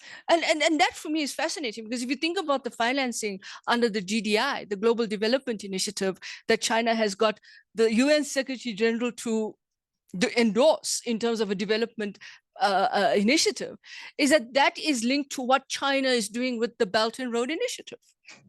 And that comes to your point around how does it take something and make it in terms of ownership. And I think that nexus between regional policy grassroots, I think what we are seeing, and from what Cedric is saying, is it's happening with not just in BRICS Pay, not just with whether the Chinese have created tokenism money and used countries in the BRICS are using localized payment systems, which is in this year alone, if you look at the value of the dollar, it's lost about between 6 to 8 or 8 to 10% of its value. So the dollar is also artificially propped up in a sense in terms of the financial architecture. But what's happening with BRICS Pay and BRICS localized systems and the interbank system in terms of what the Chinese have created, SIPs, which is the kind of, I wouldn't say counter, but it's kind of challenging the SWIFT system, the interbank payment system. Africa has the Pan-African payment system. We should be activating that in terms of the fact that it's linked to the AU, it's linked to African Agenda 2063, it's linked to everything that is around the financial architecture. And that system has been in place before the Chinese system.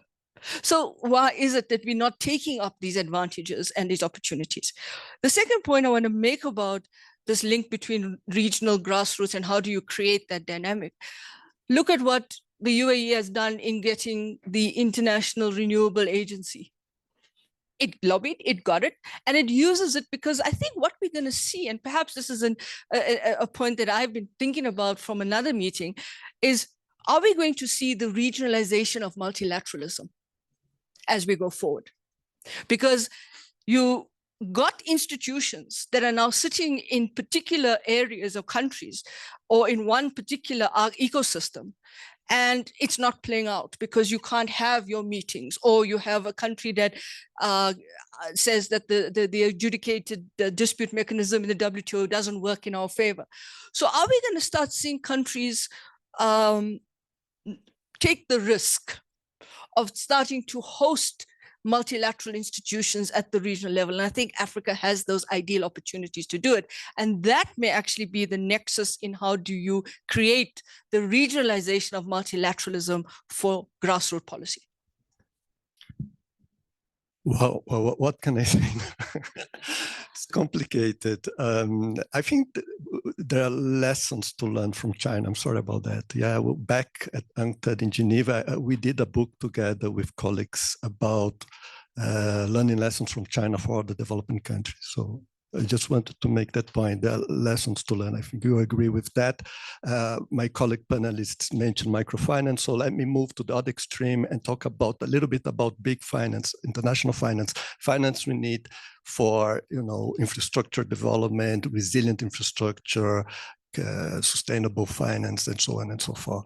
And I think that if you look at the multilateral system, how it has evolved over time in the past 20, 25 years, we saw a lot of good things happening. For example, in the area of development finance, if you look at development finance landscape, we have seen the creation of so many new multilateral institutions, multilateral development banks, the NDB, the AIIB. We saw the creation of the regional reserve funds. In the case of Asia, we saw creation of new payment mechanisms, new currency arrangements. So a lot of good things happening, much driven, of course, by the rising powers, but also by the global South that was unhappy with the lack of reform in traditional bodies. So we did see a lot of development, and then as a result, we see a much more diverse landscape, development finance landscape, and I feel that the future for multilateralism go in that direction, that we're going to have a constellation of multilateral institutions talking to each other. Yes, overlapping, what's the problem? Repeating, what's the problem? But they'll be collaborating together, as the UN does today with the G20. I was compiling information about contributions of the UN to the G20 process this year. It's just incredible, the areas of collaboration between the two. And that's the future. Let's work together and do not be afraid that there is a repetition. The word fragmentation, what is that? So let's think about that, but let's defend what we have already achieved. In 10 days' time, we're going to have the Leader Summit when this report on the G20 at 20 will be presented. We know that they will be proposing about refocusing, streamlining the G20. We know that G20 member states are very much in support that the G20 takes that direction. Is that a good thing?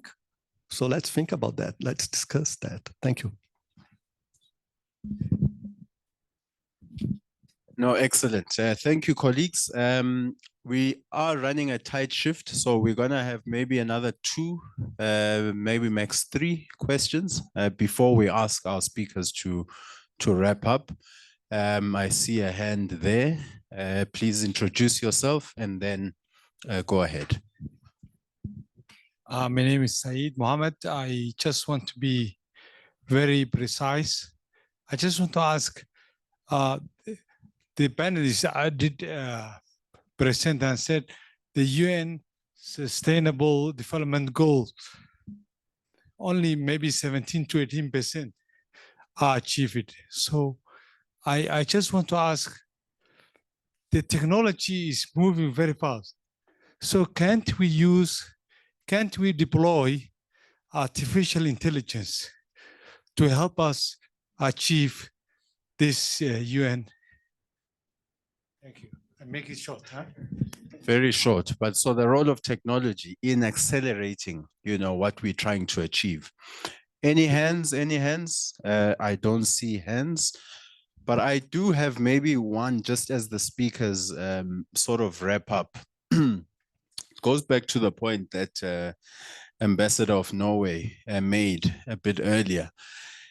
Sometimes it's good to find compromises across countries where you really try to negotiate text and you meet each other, halfway, and you find common language that you can actually agree on. We are handing over to the United States in 2026. Now, what is the approach, let's say, of our respective, institutions, our respective engagement groups within the G20? We're all active within the different spaces of the G20. Is it to sort of compromise to such a point that you completely lose, your values essentially? Or is it, to continue to engage and yes, try to water down certain language? What is the approach that the various engagement groups could essentially have, when engaging, with the US next year, taking into account that after that, I think it's the UK, is it confrontational? Is it cooperative?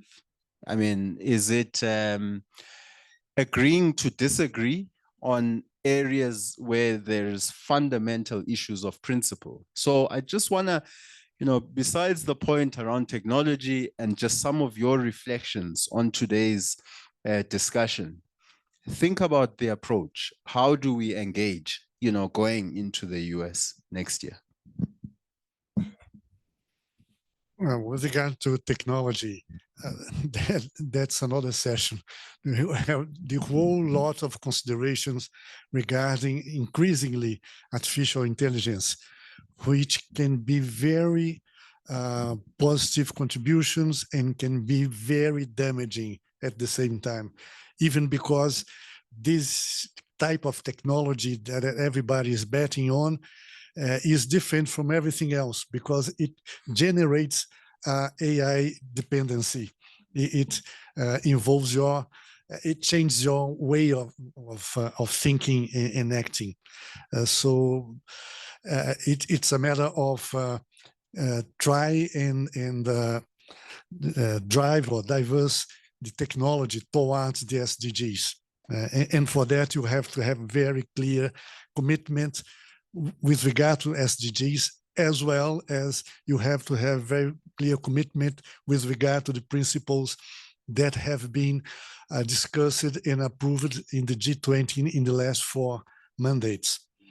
We know that next year is an enormous question mark because the only predictable thing is that it is unpredictable.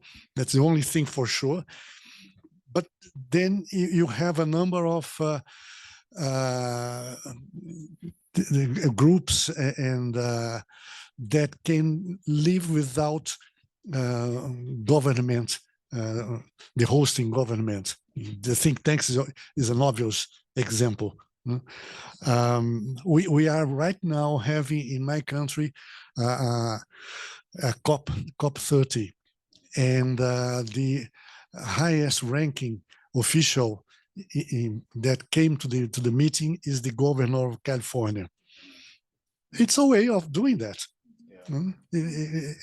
If you have the principles, you stick to that. And well, there is a turmoil, there is a problem, then it will last 1 year, but keep going. The short answer to the question of AI is that, as we had seen with the third industrial revolution, not all countries could cope. Only few emerged as strong industrial bases during the third industrial revolution. And I do think that it is going to happen the same way with AI and digital technologies, unless we are really collaborating amongst ourselves, because no country alone can confront these challenges on their own, and at that point we need at the technical level a lot of collaborations happening, both for regulation as well as the technology progresses. So that is one part.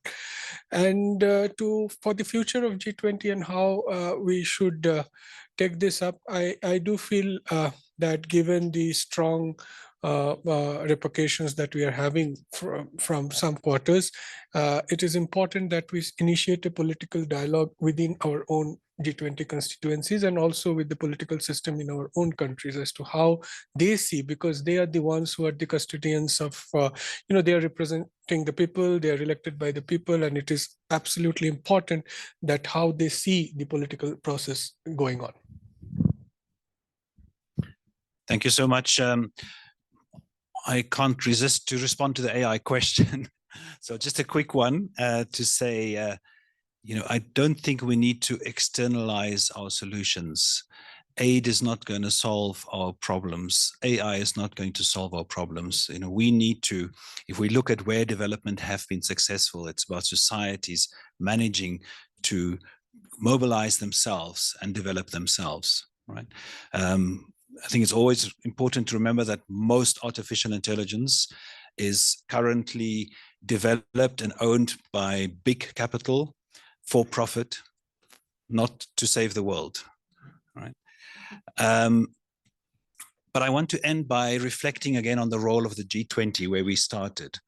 The G20 is interesting because it became as a kind of an ad hoc approach to multilateralism when many countries were struggling to achieve what they wanted to achieve within the large United Nations system, and felt that it was better for first smaller group of countries, G7, and larger G20 countries that are the largest developed countries to come together to try to change the international system, right? And we've also seen the limitations of that, but the principle is interesting because we see this move to ad hocism or ad hoc solutions in many different sectors.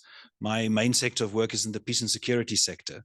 So we see also this move away from formal conflict resolution through the United Nations to, ad hoc arrangements. Just last week we've seen, or the week before, we've seen the adoption of a new operation in Haiti called the Gang Suppression Force, which is authorized by the Security Council, but it is essentially a group of countries coming together managing this operation through voluntary funding. And we've all followed the peace process in Gaza, and we've heard of this new Gaza Stabilization Force, right? Again, something ad hoc, not something in the past it would have been a United Nations peacekeeping operation. So this move towards ad hocism, in a sense, in the international system is one of the dimensions that we see of a response to this fragmentation and transformation of the system that we spoke about. But I think there's also a strength in it, because it also means that we have a much more larger set of agencies and actors and options. So we're creating more of a kind of a networked multilateralism as a response of dealing with this poly crisis, if you like. And the polity unity concept from Yun Ang is also, I think, very similar, speaking towards this need for us to deal with this fragmentation by finding different ways of cooperating, strengthening our networks, becoming more resilient, and as a way of managing this uncertainty that we're going to have to navigate over the coming decades. Thank you. Thank you very much. I'm not going to say anything about the AI, but I think both all the colleagues have said this. And I think one of the things that we tend to get caught up in is this kind of juxtaposition between opportunity and threat in AI. So we've got to be careful on how we perceive it. And I think on the SDGs, it's about national development frameworks. And if you don't get those right, it doesn't really filter into the SDGs and how that happens. So that's the one thing. I think to Palani's probing question, you don't compromise your principles, irrespective of what's happening. And I think that's why we kind of caught in this turbulence, because this is the only thing we know. And we're so unsure of what's coming. But the challenge is that the crisis precisely exists because of the turbulence. And because of the turbulence, it gives us the opportunity to stick to the principles. And, you don't have to compromise on everything.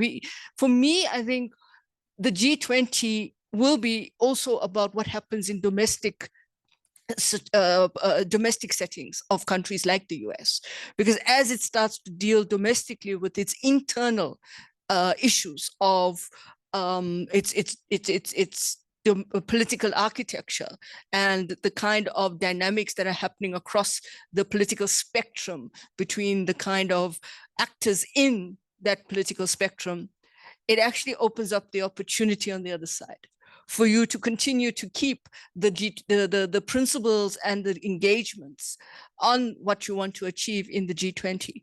Who knows? The G20 may not be the G20 in the next 10 years, in the next 15 years. We don't know. But I think your principles can still remain. And I think, for me, the big challenge was everybody's very transactional to react to Trump. I said it, Trump. And the point is that you're reacting to something that we really don't know what's going to happen. And, as my mother always reminds me, nothing stays the same.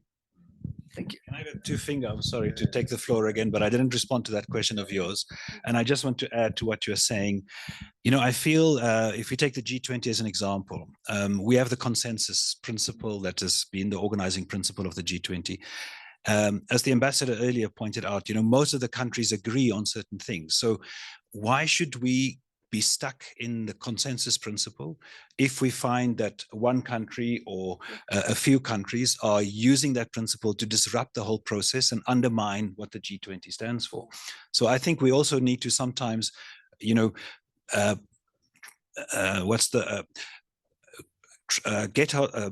escape from the paradigm of, in this case, the consensus principle, and put out a statement by those countries that agree. I think luckily in this particular case with the withdrawal of the US, we don't have to do that. We can adopt hopefully a declaration amongst those of us that are here.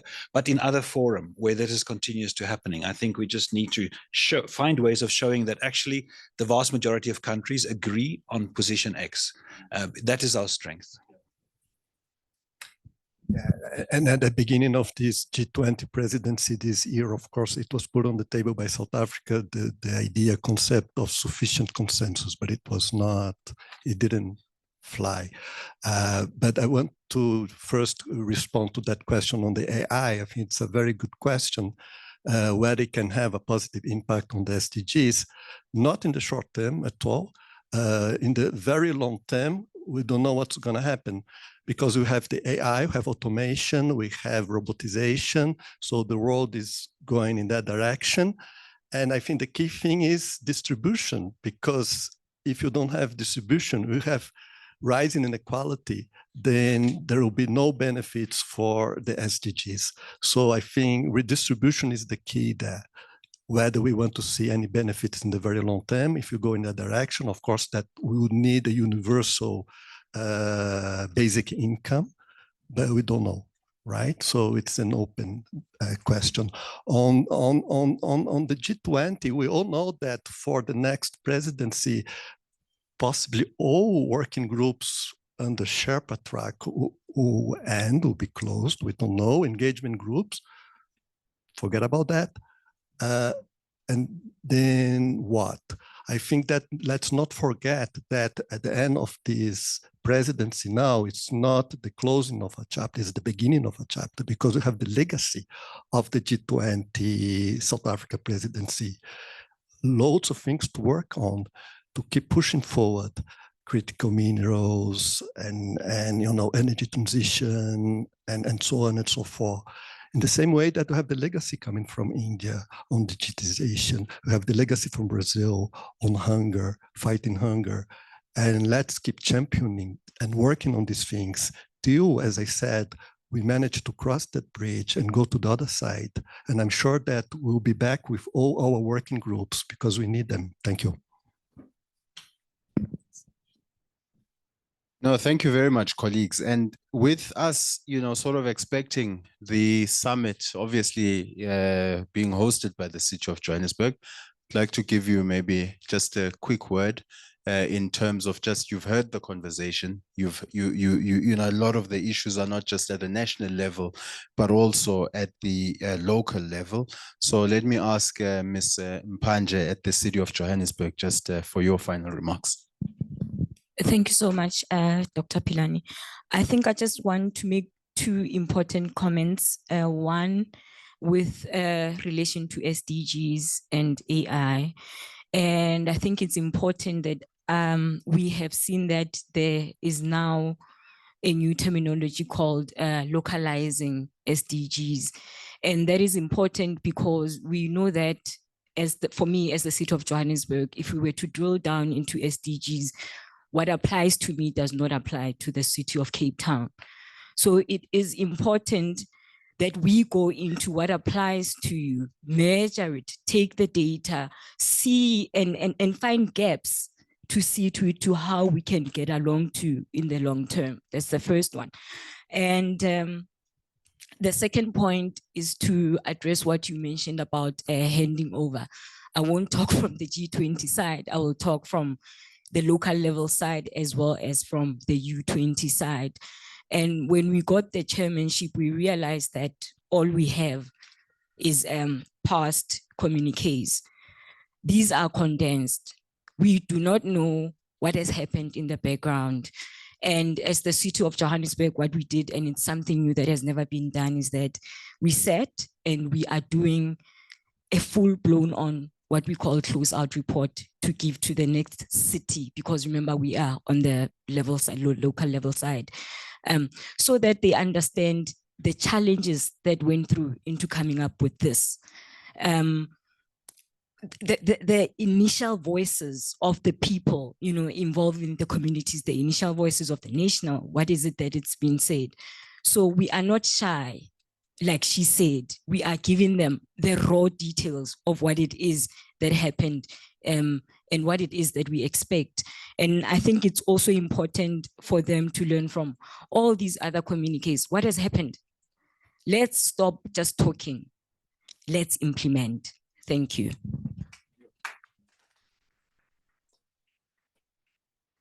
So colleagues, on the program, you have closing remarks from myself, but I would like to cede those to Ambassador Saita.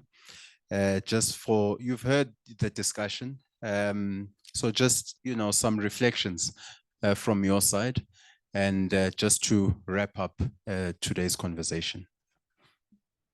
Yeah, thank you, Philani. Actually, I will be quite brief because I want to give you time to wrap up yourself, because that's often quite interesting. Half a wrap up. No, thank you so much for organizing this, and thank you for everyone contributing. Now, I basically have two comments. I think Cedric, you mentioned, the consensus principle. Well, during the ministerial meetings, when there were no consensus, there was a chair statement that was issued. And there you can find, depend a bit from ministerial meeting to ministerial meeting, but in some of those you can find quite a bit of meat, to put it that way. Something that the G20 can continue to work with later on. And then I think, again, the overall issue, my minister always said that, okay, we in the West, we should always remember that there is 1 billion people living in the West and there's 7 people living elsewhere. Meaning we know the world is changing and it's good that the rest of the world have more influence. But we don't see this as anything West against the rest. That's not the way we see the world. And we're gonna work to avoid any kind of scenario like that, which some countries are pushing. And we will work against it. And then having a principled defense of international law is one tool. Another tool is obviously the reform of the multilateral institutions. Countries in Africa, Asia, and Latin America must have more space, must have more influence in those multilateral institutions. That's a given. But there are forces working against it in different format. But again, that also it is in Norway's interest that countries in Africa, Asia, and Latin America have a strong commitment to the United Nations, for example. And South Africa was already had it, of course. Yeah. So thank you, Pilani, but then I would like to listen to you as well. No, thank you. So colleagues, we've come to the end of our engagement. This, of course, was an official T20 side event, the future of multilateralism and the role of the G20. And I think what has been really inspiring is that in the South African case, we've had our official engagement groups, but in typical South African fashion, everybody said, who cares if there's official engagement groups? We're going to set up our own engagement groups. And, almost everything has a 20, to it now. So everybody came up with their own 20 and everybody tried to figure out, how can I get involved in the G20? And initially, when they started thinking about this, they were expecting invitations, or maybe we'll get an invitation from that department or from that department or from that official engagement group. When no invitation came, they said, we'll invite ourselves. We'll set up our own platforms of engagement and we'll link it, into the G20. And so you'll see even next week with the G20 social, you've got, yes, the official engagement groups, but you've got so many other groupings that are there that are not official engagement groups and that do have a seat at the official table. And I think this is really something that has been quite interesting to watch, evolve within South Africa's G20 presidency. People not waiting for somebody to come to them, but saying, how can we contribute, into this discussion? And I think from our side, it's been really, great to put this discussion together, working with NUPI, working with the Norwegian embassy. Of course, we'll still have a second leg in Oslo of this discussion. But colleagues, I think, we've touched on the national, the international, we've touched on the local. And I think what it really does show is that, a few years before we meet the deadline in terms of Agenda 2030, there has to be greater urgency in terms of how we do things. But also the manner in which we do things are not necessarily, the answers to it are not only going to be contained in what we have done previously. So thinking anew, yes, we don't build from thin air. We have critical, important concepts like the Global South, which has contributed, I think, immensely in the last couple of years through its different presidencies. But I think what's also become important is what role are countries in the Global South and in the Global North, those who are committed to the key tenets of the multilateral system. What role are they playing? What bridges are they building? You know, but not only at a government to government level, also at a non-state level amongst different what we call engagement groups. The last point is that, and someone mentioned it in the panel, the importance of dialogue. Dialogue is not passive. It's not an inaction. You know, I think diplomats will tell you dialogue is very much, you know, action. That's why you have text negotiations where every little word gets debated because it has an impact. You know, the way in which things are phrased have an impact. So the last point is really to emphasize the importance of continuous dialogue within, you know, the Global South, but also building bridges between the Global South and countries in what we have characterized as the Global North on a common agenda, you know, that focuses on development, that focuses on, yes, you know, ending the wars that we speak about, you know, today. And so with that, colleagues, I think really thank you so much for the way that you have supported the work of this engagement group, which is the T20, the way you've supported obviously the work of the Institute for Global Dialogue as part of this T20 ecosystem. And I think if there's anything, I think it's Sanusha who mentioned, or one of the panelists, there is a legacy that needs to be built on. So whatever the program of action is, as the US takes on the G20 presidency, there is a legacy and a program of action that needs to be built on. It's also what Deputy Minister Botha said earlier. There's proposals, there's actions that need to happen into the US presidency, but also going beyond the US presidency. And I think many of our institutes, many of our organizations, and many of the countries and the provinces and cities we represent will certainly be part of that program of action. So colleagues, thank you very much, and we'll see you at the next such platform.